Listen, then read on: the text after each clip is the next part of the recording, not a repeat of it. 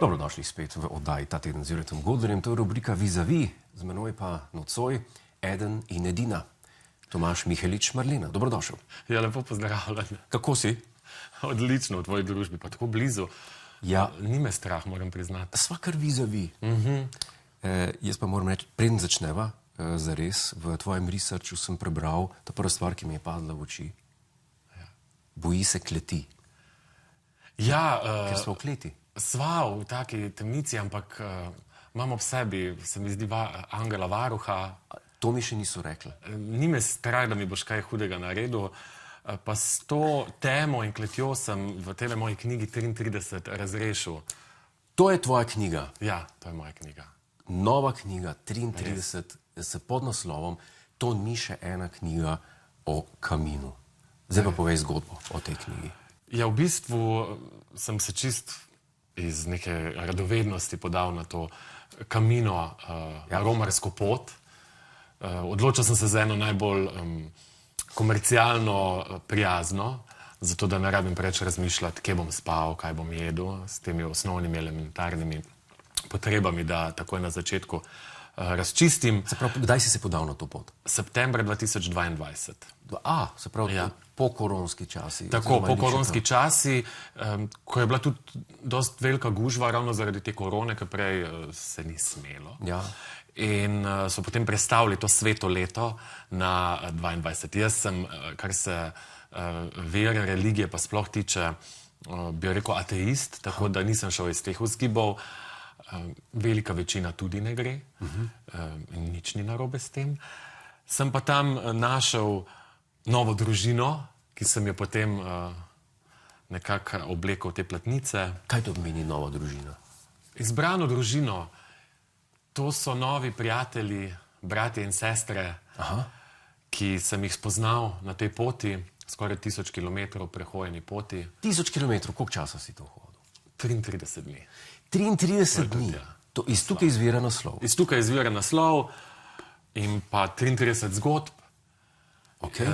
dost osebnih izpovedi teh mojih novih družinskih članov, ki sem jih nekako skozi svoje doživljanje in podoživljanje oblikoval v ene take, nekatere bolj zabavne, nekatere bolj trpke zgodbe.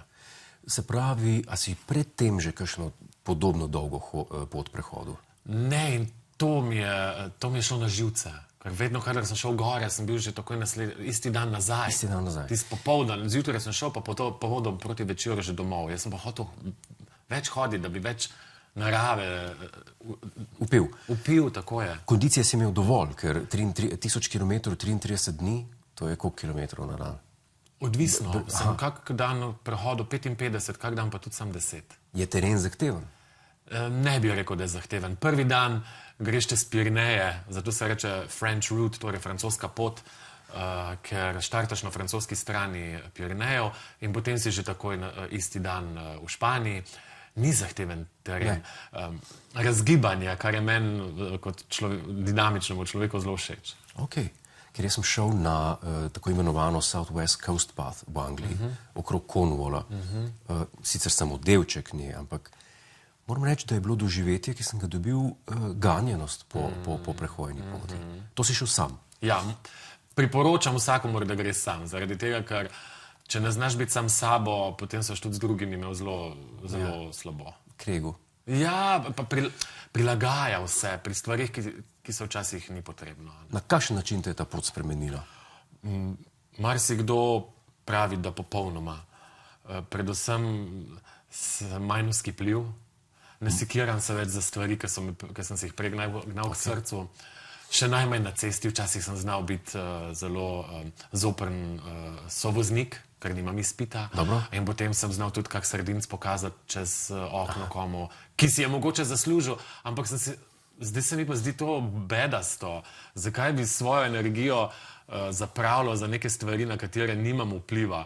Če stojim jaz v koloni in stoji še 10 drugih, bom pač počakal. Zaradi moje vzkipljivosti se ta kolona ne bo premaknila. Lej, če boš kdaj hotel spet prometno vzkipljiv biti, povej, bova šla malo na Primorko. Ja, to pa... Proti Ljubljani. Tukaj sem največ živcev izgubil, pa jih več ne. Ja. Se pravi, tu so opisane zgodbe, se pravi, srečanje z ljudmi. Veliko ljudi srečaš tam. Ogromno ljudi srečaš, če jih želiš. Izmenjuješ življenjske zgodbe z njimi. Če jih želiš, tako je. Ker nekateri so bolj samotari in veliko sami prehodijo, se držijo bolj zase. Vsi morda najdejo kakega somišljenika, sotrpina.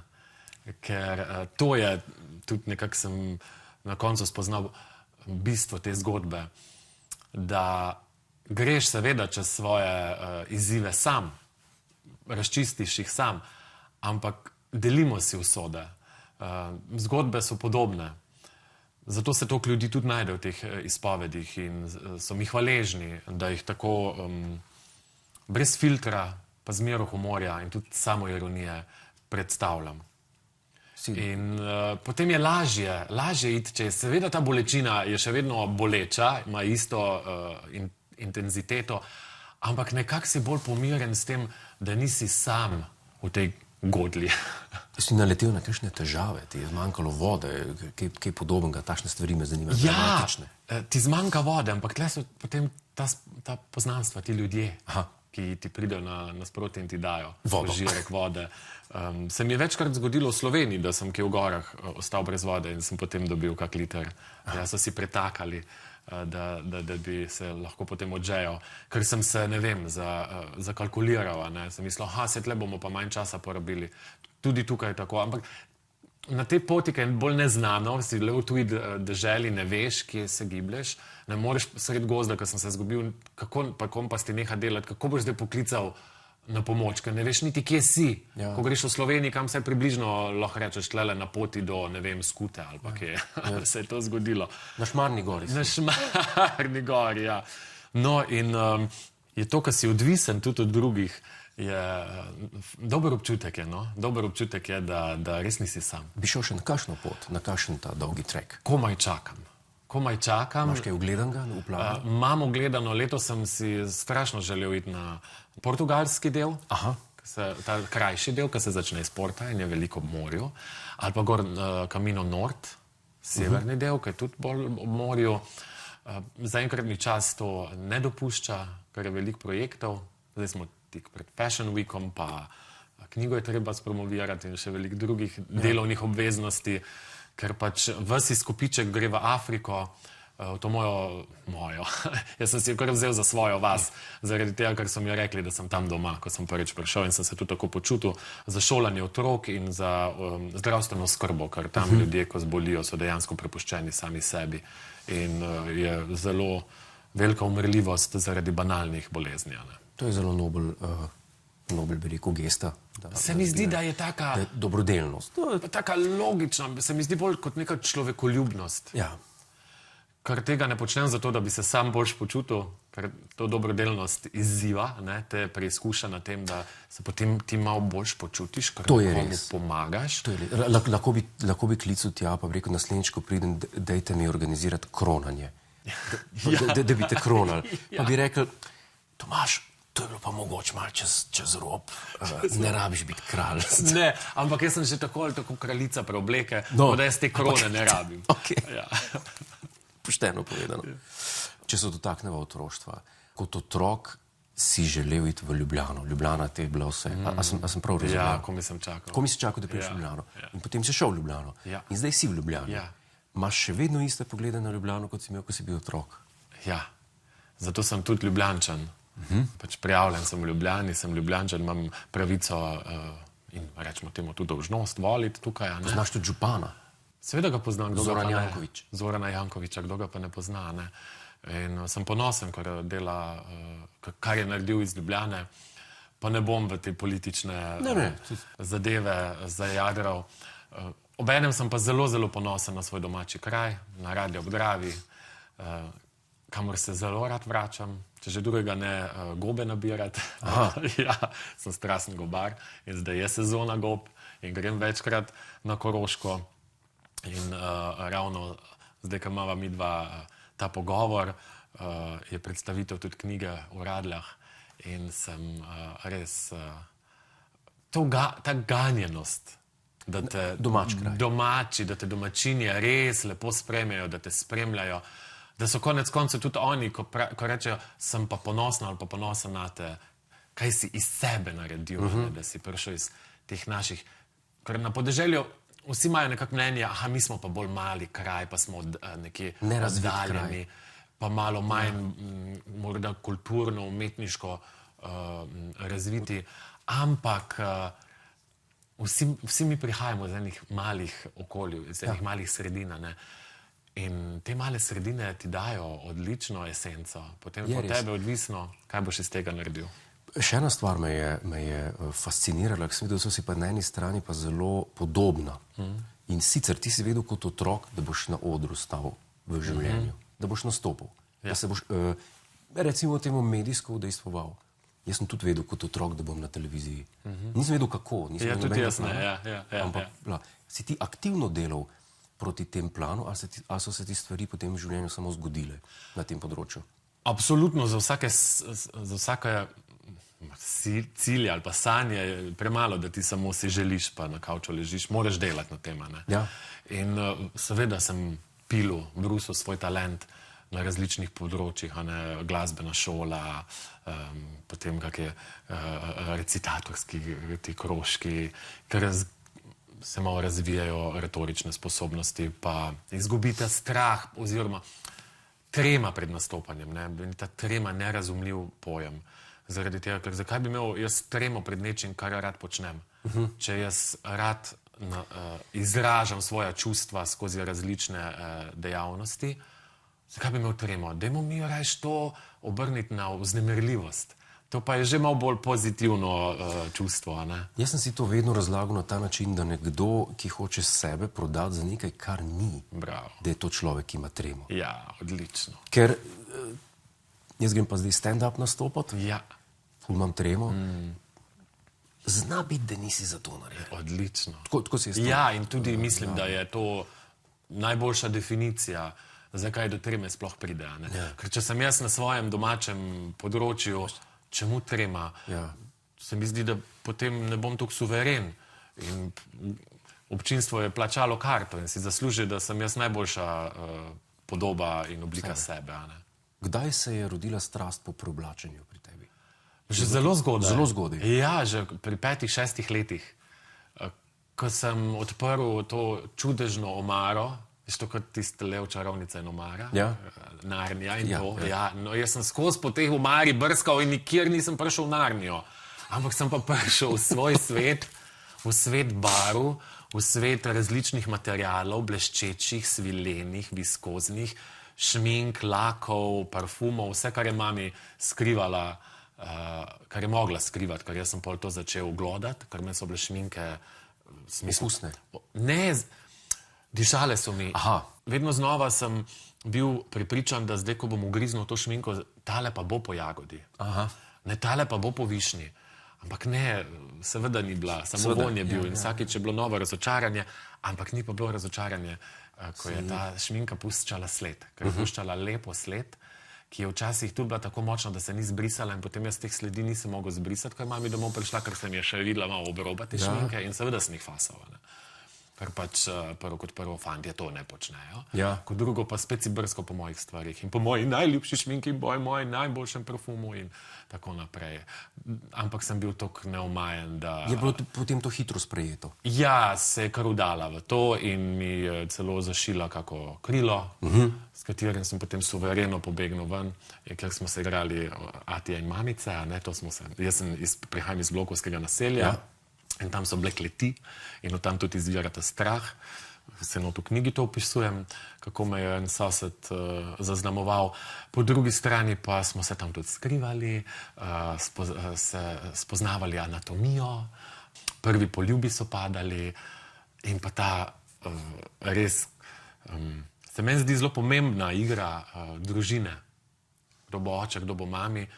In jaz sem si vedno izboril, da sem jaz bil mama. Pošteno. Ja, kar že zelo zgodaj, pa mi nihče ni, kot danes konzervativne strani rade očitajo, da zdaj ta Maurica in to bojo zdaj vse se vsi spremenili. Mene starši niso tega učili, Teh stvari se ne uči, te stvari se čuti. In če ti od malega čutiš nekaj, kar nisi nikjer videl in kar je prišlo samo in zgolj iz tebe, potem je to naravno. Absolutno. Kako bi pa opisal svoje udejstvovanje na Eurosongu s sestrami? V kakšnem spominu imaš to doživetje? To vedno rad vprašam svoje goste, ki so bili deležni te izkušnje in je ta izkušnja relativno daleč nazaj, da ni bilo toliko prejšnji mesec. Za marsikoga je zelo daleč nazaj, ravno zaradi tega, ker se njihove pesmi... O katerem letu govorimo točno? 2002. 2002. Torej 22 let. Zato, ker se njihove pesmi, njihov sam nastop ni obdržal tako intenzivno, kot se je naš. Ne. Zdaj, ko smo bili gostje na Magnifikovem koncertu v Stanežičih, to je bilo nekaj tako fascinantnega, ker je tam 23,000 grl zapelo refren Samo ljubezni, ko smo samo stali in se spogledovali in ni nam bilo jasno, odkje je ta magija še vedno. Ne. Zato, ker je bilo iskreno, ker mi nismo šli tja, zdaj bomo pa mi zmagali, ampak dajmo se zabavati, dajmo se fajn imeti. Stvari so se poklopile. In so se stvari zgodile, ker so bile organske, ker so bile predvsem iskrene. In spomini so absolutno prelepi, tista grenkoba je zbledela, grenkoba samega nastopa, ker so nas dejansko tehnično sabotirali na samem Eurosongu. Kako tehnično? Če prisluhneš ti, ki si človek 100% posluha, ne, se zasliši, da recimo v prvem refrenu mojega vokala dobesedno ni. So samo back vokali in tam se Jadranko zelo sliši, pa še malo je spodletel en ton, ampak nič narobe, zakaj se mene ne slišijo vprašanja. Ne. In takrat je pa bilo še vedno 50-50 strokovna komisija in televoting. Kje je bilo to? V Talinu. Ker ti po tolikih vajah, intenzivnih, ker je vse računalniško dovršeno in memorirano, ne moreš si dovoliti takega kiksa. Potem vem, da še moja mami, ki sem jo klical takoj po nastopu, je jokala od sreče, pa zraven rekla, jo ne biti hud, ampak malo se je čudno slišalo. Rekel, kaj pa, ti nisi glasbenica, ti tega ne razumeš, ker nisem vedel, v čem je problem. No. In potem se je videlo, kaj se je zgodilo, ampak greš čez to, uvrstitev pa točke, to je za statistiko. Absolutno. Tisti, ki se pa bavijo statistiko, so pa malo manj organski, pa malo bolj dolgočasni ljudje, da jih zanima sam statistika. Nas je predvsem zanimalo priti do ljudi, do src in glede na to, da se po 22 letih ta pesem še vedno, vsak vikend dobivam sporočila v inbox, zdaj, ko so ta socialna omrežja tako popularna in komuniciramo preko njih, posnetke znanih glasbenikov, glasbenic in tudi neznanih, tako kakih bendov iz ruralnega okolja, otrok, najstnikov, starejših, moških, ki se preoblačijo za kakšne 50-ke ali pa okrogle obletnice in delajo sestre šov, tako da je ostalo. Jaz mislim, da je to tudi eden najboljših, če ne najboljši slovenski komad, ki je bil kadarkoli napisan. Wow, to pa od tvojih ust. Po 91. letu, 100%. To pa iz tvojih ust, ker si vrhunski glasbenik, me pa to veliko čas, pa tudi Magnifico, Barbari in Šacijo. Kot komponist, ja, se je to. Če gledam na to skladbo, ni nič, kar bi človek dodal, nič, kar bi odvzel. Hvala, pa predvsem je, tekst je toliko močan in toliko iskren in toliko preprost, ampak sporočilen, ne. Bi lahko rekel, da je pred časom ta komad. Je, to tudi vidim zdaj po komentarjih tujih poslušalk in poslušalcev na YouTubeu pod našim posnetkom našega nastopa, ko po 10-20 letih odkrivajo, da se je to kdaj zgodilo, te nove generacije in so vzhičene, da kaj, a to je že bilo, wow, to je pa toliko pred časoma, ne. Ampak vedno je fajn biti trendsetter, ne trend follower, no. Zakaj slediti nečemu, če lahko greš vase, najdeš svojo esenco, ki je vedno unikatna, in potem nekako iskreno to predaš publiki. Občinstvo se bo odločilo, ali bo to sprejelo za svoje, ali pa bo to samo pač nek izlet. So bile kdaj ambicije z sestrami, bi rekel, zasledovati kakšno mednarodno kariero, turnejo kot band? Seveda so ambicije vsakega ustvarjalca, umetnika, da prodre na čim širše področje, ne. Ampak se mi zdi, da smo predvsem toliko še neprepoznavni, da imamo premalo suporta v samem domačem okolju in pa da je ta svetovna glasbena in pa zabavna industrija tako umazana, podla, da sem hvaležen, da me je vesolje obvarovalo pred vsem tem negativnim, kar sledi. Da ni do tega prišlo. Ja. Da ni... Zaradi tega, ker jaz sem se izrazil, jaz se izražam nenehno, ne? In delam projekte, ki jih čutim, za katere verjamem, da so čisti, da pridejo iz enega takega pristnega temelja. In ne potrebujem potrditve v tem, da mi ploska na milijone ljudi. Ja. Mi je čist dovolj, da gremo Svetlano Makarovič v kak manjši prostor z mačjim kalifatom, z ekipo in je tam 100-200 ljudi ali pa 50. Ki se jih potem stera v tri krasne. Ja, dobro si to rekel, pravi, ampak oni to razumejo. Ti si pisatelj, novinar, agencija za modele, s tem se tudi ukvarjaš? Tudi. Se pravi, si kar zaseden, bi lahko rekli, skrbiš za fit telo.